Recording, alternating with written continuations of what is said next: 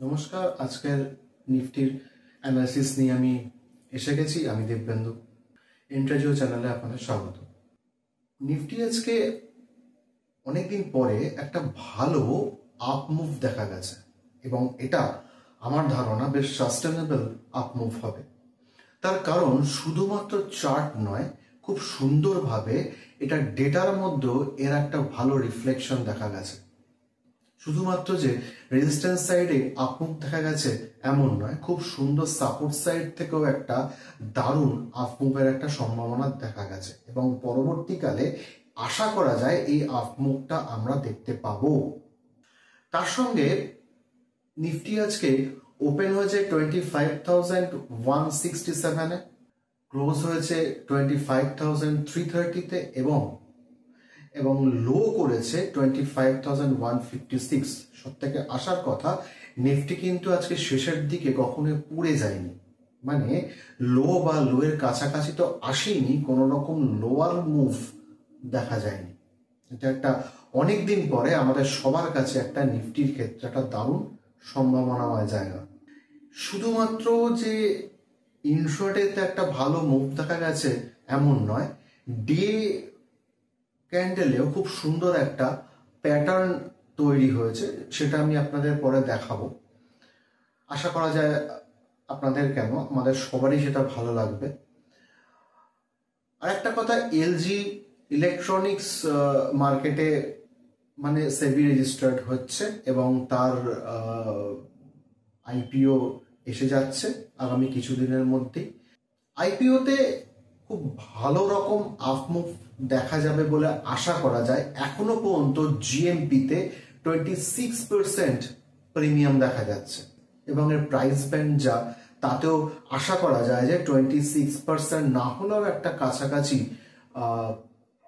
শুরুতেই একটা আপমুভ যারা নিয়েছেন বা যারা নেওয়ার কথা ভাবছেন আশা করা যায় পাবেন। চলুন নিফটিতে আজকে কি আছে একবার দেখে নি, কেমন করে আপমুভ দিয়েছে বা কতটা সেটা সাস্টেনেবল হওয়ার চান্স আছে। চার্টগুলো একবার আমরা দেখে, এটা আমাদের নিফটি ডে চার্টের ক্যান্ডেল। দেখুন, এখান থেকে একটা স্পষ্ট ট্রায়াঙ্গেল বা একটা স্লোপ বোঝা যাচ্ছে যে আমরা এখানে একটা সুন্দর একটা আপমুভের একটা পার্ট দেখতে পাচ্ছি। এছাড়া আমরা যদি বা 5 মিনিটসের ক্যান্ডেলে যদি যাই, সেখানেও আমরা একটা সুন্দর চার্ট দেখতে পাবো। দেখুন, এখানে 5 মিনিটসের চার্ট দেখা যাচ্ছে। কখনোই এটা লোটাকে ভেঙে বা লোটাকে কখনোই একবার টাচ করার পরে আর কখনো নেমে আসে, ফলে এরকম একটা আপমুভ আমরা দেখতে পাই। পরবর্তীকালে একটা সাইডওয়েজের পার্টও আমরা এখানে দেখতে পাচ্ছি, কিন্তু মোটামুটি করে আমরা এটা ভাবতে পারি যে একটা সুন্দর আপমুভ আমরা পরবর্তীকালে নিফটি বা তার সঙ্গে যে স্টকগুলো আছে আমরা সুন্দরভাবে আশা করি দেখতে পাব। এর সঙ্গে আপনারা একটা জিনিস খেয়াল রাখবেন, ফার্মা পার্টে, যেটা গত দিন থেকেই আপনারা দেখতে পেয়েছেন যে কেননা যেহেতু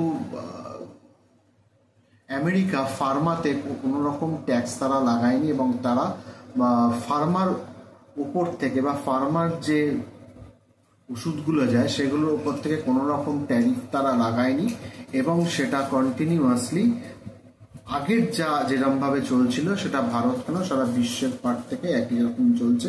ফলে আমরা ফার্মা পার্টে একটা দারুণ আপমুভ দেখতে পারি।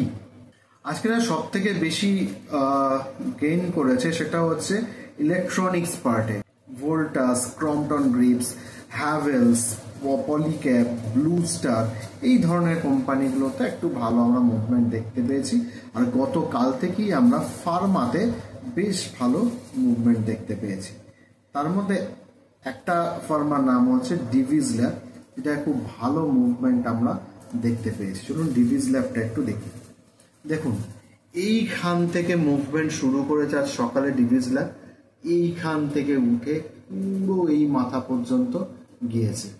আমি বারবার বলছি, নিফটিতে কিন্তু খুব ভালো একটা আপমুভ দেখা গেছে এবং অ্যাজ পার ডেটা সেখানে কিন্তু খুব সুন্দর আপমুভ আমরা দেখতে পাচ্ছি। আশা করা যায় পরবর্তীকালেও খুব সুন্দরভাবে আমরা এই আপমুভটা অন্তত 25,500 অ্যান্ড অ্যাবাভ আমরা দেখতে পাবো। কেমন লাগলো আপনাদের বলবেন। যদি কোনো কোয়ারি থাকে বা কোনো স্টক নিয়ে জানার ইচ্ছা থাকে তাহলেও বলবেন, সেটা নিয়ে আমরা পরবর্তীকালে ভিডিও বানানোর চেষ্টা করব।